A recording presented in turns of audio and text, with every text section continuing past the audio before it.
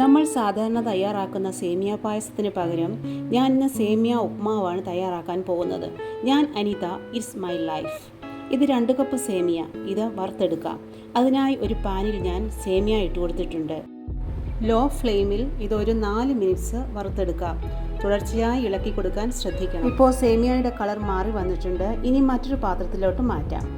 അതിൽ തന്നെ വെച്ചാൽ കരിഞ്ഞു പോകാൻ സാധ്യതയുണ്ട്. അതേ പാൻ സ്റ്റൗവിൽ വെച്ചിട്ടുണ്ട്. അതിലേക്ക് വെളിച്ചെണ്ണ 1 ടേബിൾ സ്പൂൺ, നെയ്യ് 1 ടീസ്പൂൺ ഒഴിച്ചിട്ടുണ്ട്. ചൂടായതിനു ശേഷം കടുക് 1/2 ടീസ്പൂൺ ഇട്ട് കൊടുക്കുക. ഇത് പൊട്ടി തീർന്നതിന് ശേഷം നമുക്ക് ഇതിലേക്ക് 1 ടീസ്പൂൺ ഉഴുന്ന്, കാഷ്യൂ നട്ട്സ് 3 ടേബിൾ സ്പൂൺ ചേർത്ത് നന്നായി ഇളക്കി കൊടുക്കാം.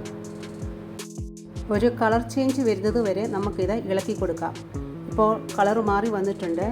ഇനി ഇതിലേക്ക് വറ്റൽമുളക് 2 എണ്ണം, ഒരു ചെറിയ ഇഞ്ചി കഷ്ണം ചെറുതായി അരിഞ്ഞത്, പച്ചമുളക് ചോപ്പ് ചെയ്ത് 1 എണ്ണം ചേർത്തിട്ടുണ്ട്.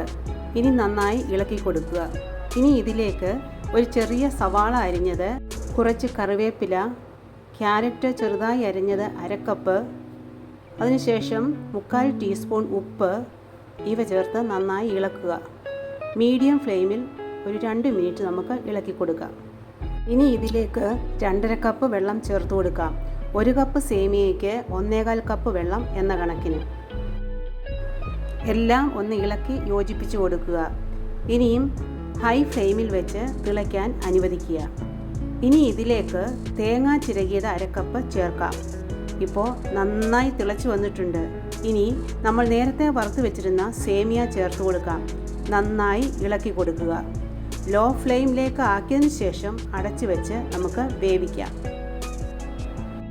ഇനി 3-4 മിനിറ്റിന് ശേഷം പാൻ തുറന്ന് ഇളക്കി കൊടുക്കാം. അതിനുശേഷം വീണ്ടും നമുക്ക് അടച്ചു വെച്ച് വേവിക്കാം. 2-3 മിനിറ്റിന് ശേഷം തുറന്ന് ഇളക്കി നോക്കാം. വെള്ളം വറ്റി വന്നിട്ടുണ്ട്. നമുക്കിനി സ്റ്റൗ ഓഫ് ചെയ്യാം. ഇതിലേക്ക് 1/2 ടീസ്പൂൺ നെയ്യ് ഒഴിച്ച് നന്നായി ഇളക്കി കൊടുക്കാം. വീണ്ടും പാൻ അടച്ചു വെച്ച് ഒരു 3 മിനിറ്റ് അങ്ങനെ തന്നെ വെക്കുക. ഇപ്പോൾ 3 മിനിറ്റ് കഴിഞ്ഞിട്ടുണ്ട്. നമുക്കിനിയും തുറന്നു നോക്കാം. ഇപ്പോൾ നമ്മുടെ സേമിയ ഉപ്മാവ്, അതായത് രുചികരമായ സേമിയ ഉപ്മാവ് ഇവിടെ റെഡി ആയിട്ടുണ്ട്. ഇനി നമുക്കിത് സെർവ് ചെയ്യാവുന്നതാണ്. ഇതൊരു ബ്രേക്ക്ഫാസ്റ്റ് റെസിപ്പി ആയിട്ടോ അതുമല്ല എങ്കിൽ 4 മണിക്ക് കുട്ടികൾ സ്കൂൾ വിട്ട് വരുമ്പോഴോ ഇത് തയ്യാറാക്കാവുന്നതാണ്. ഇത് കുട്ടികൾക്കും അതുപോലെ തന്നെ മുതിർന്നവർക്കും ഒരുപോലെ ഇഷ്ടപ്പെടും. ഈ വീഡിയോ ഇഷ്ടമായെങ്കിൽ ലൈക്ക് ചെയ്യാനും സബ്സ്ക്രൈബ് ചെയ്യാനും മറക്കല്ലേ.